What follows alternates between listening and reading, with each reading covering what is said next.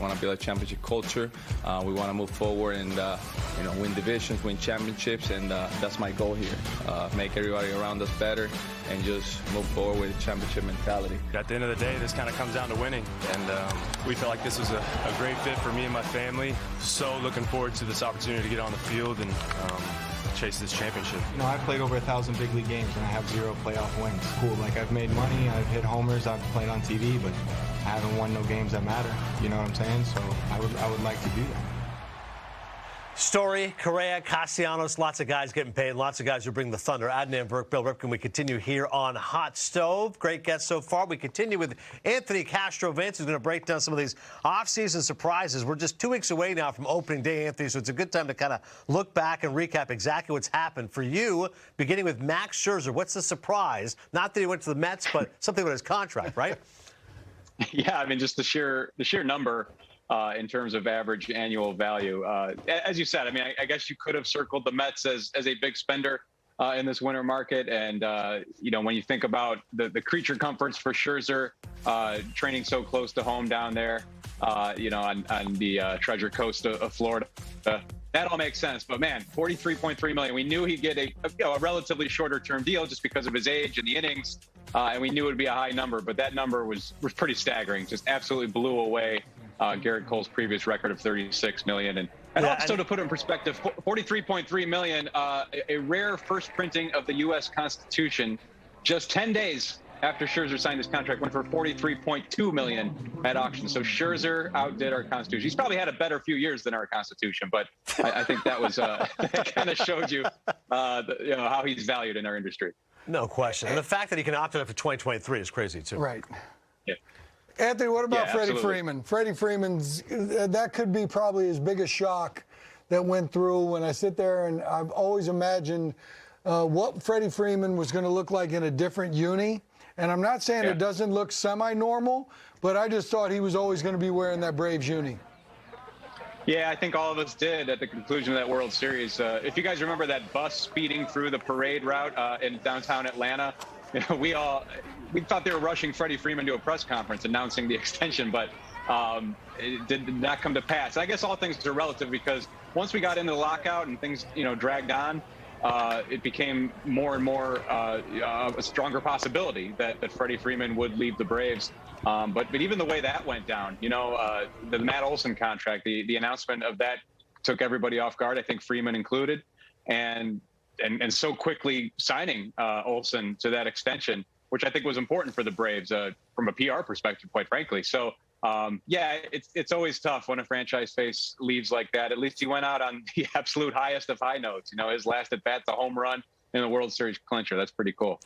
Yeah, and listen, I get where Alex Anthopoulos is coming from. If I can't get the deal done, I got a player now who's 4 years younger, and I'm only paying another $6 billion, and I'm getting for 2 more years, 8-year contract versus 6. I know Freddie Freeman is outstanding, but you could do a lot worse than getting Matt Olson to replace him. Yeah, absolutely. And it sounds kind of cold and unsentimental, but sometimes that's the nature of our beast here in the baseball business. And you're absolutely right. To get a younger player, a little more financial flexibility, it's already allowed them perhaps do some other things, bringing back Eddie Rosario and bringing in Kenley Jansen. So, and that's a surprise too, by the way, Kenley Jansen on the Braves to go with Freddie Freeman on the Dodgers. That's kind of an odd trade right there. All right, next surprise for you. Texas Rangers really going $500 million going all in, huh? Yeah, John Daniels and Chris Young signaled last fall that they were ready to spend. I don't think anybody quite expected this level of spending. Their middle infield is a $500 million commitment. That's like half the cost of their new ballpark.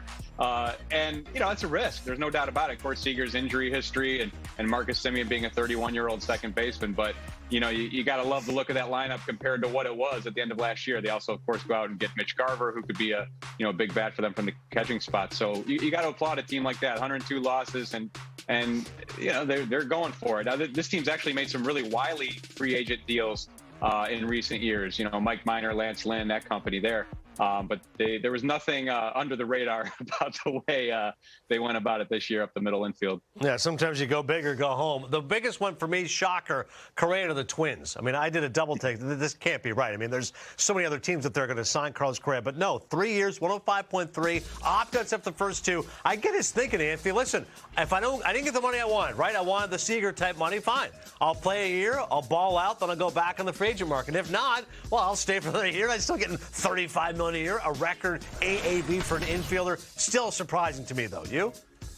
Yeah, definitely surprising. And you're right, though. I mean, we might look up a year from now, and he ended up with the best of the shortstop deals. I'm talking about that group. You know, you go back to Francisco Lindor's extension, and then, of course, the Corey Seager deal.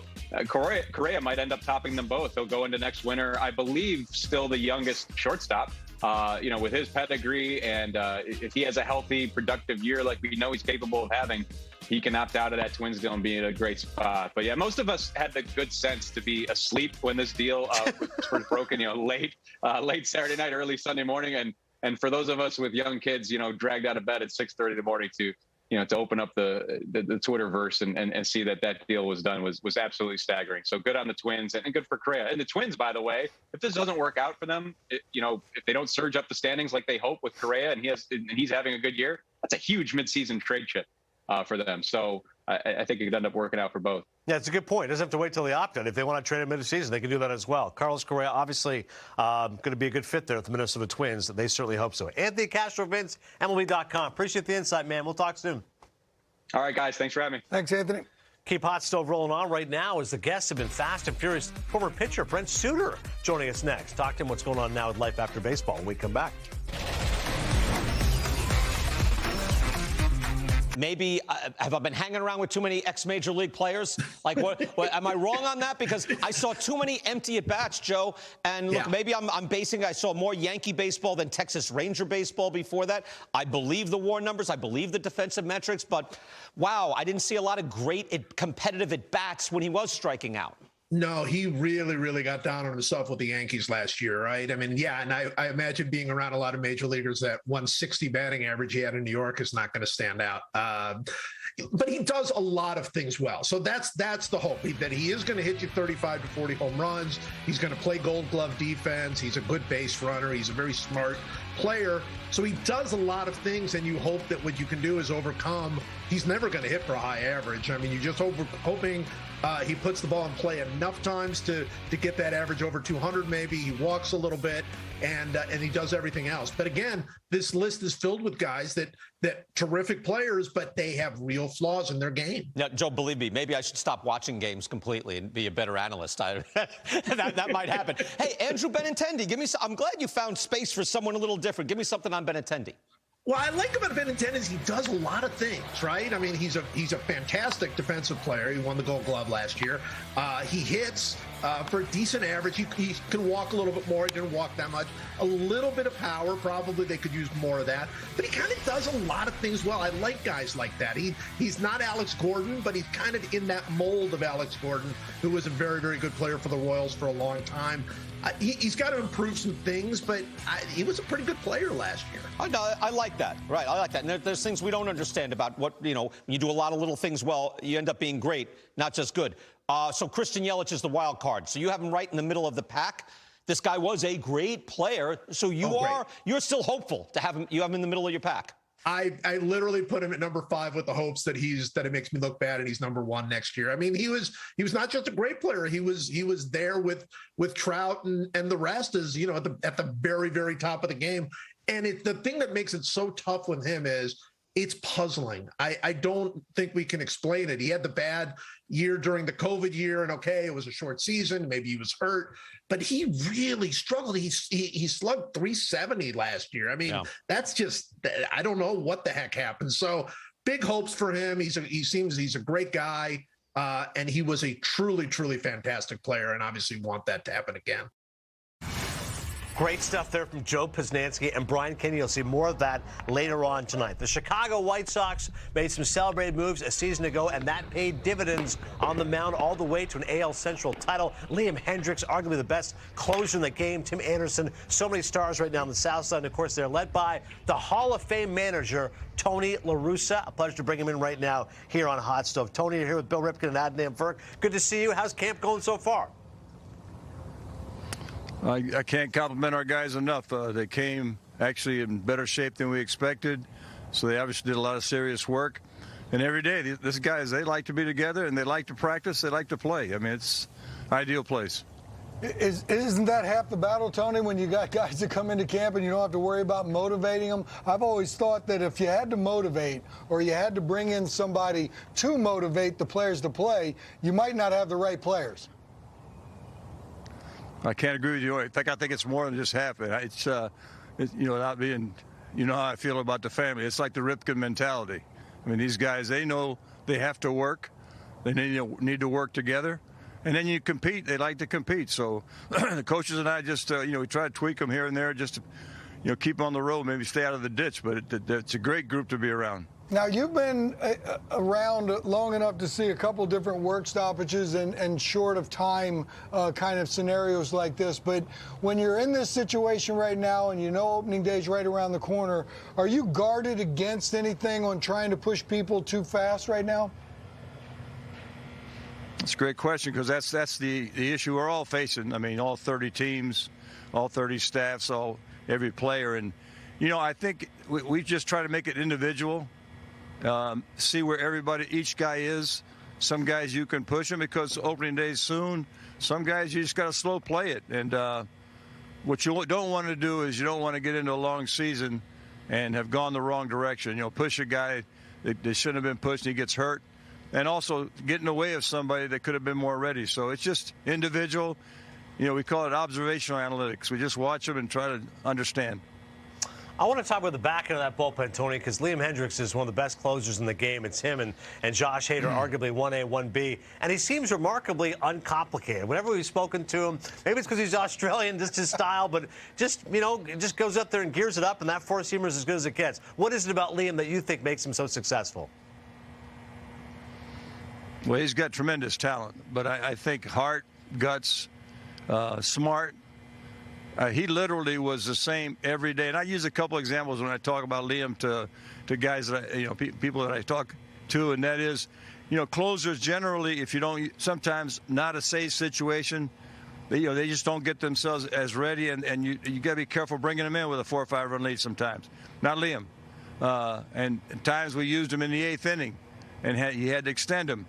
It never bothered him. I mean, this guy loves to compete. In fact, he'll do whatever it takes. If we wanted him to start a game tomorrow, he would. Doesn't have his ego tied up in saves. He just wants to compete and help the club. But for us, it's pitching to get in the last outs of a chance to win.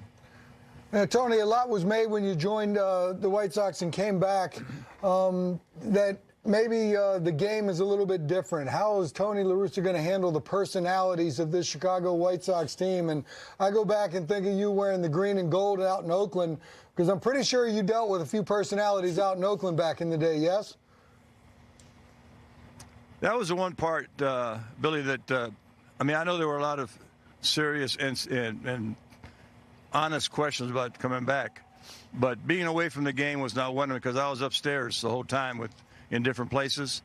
And, players, even in our time, there were distractions about fame and fortune. We had personalities.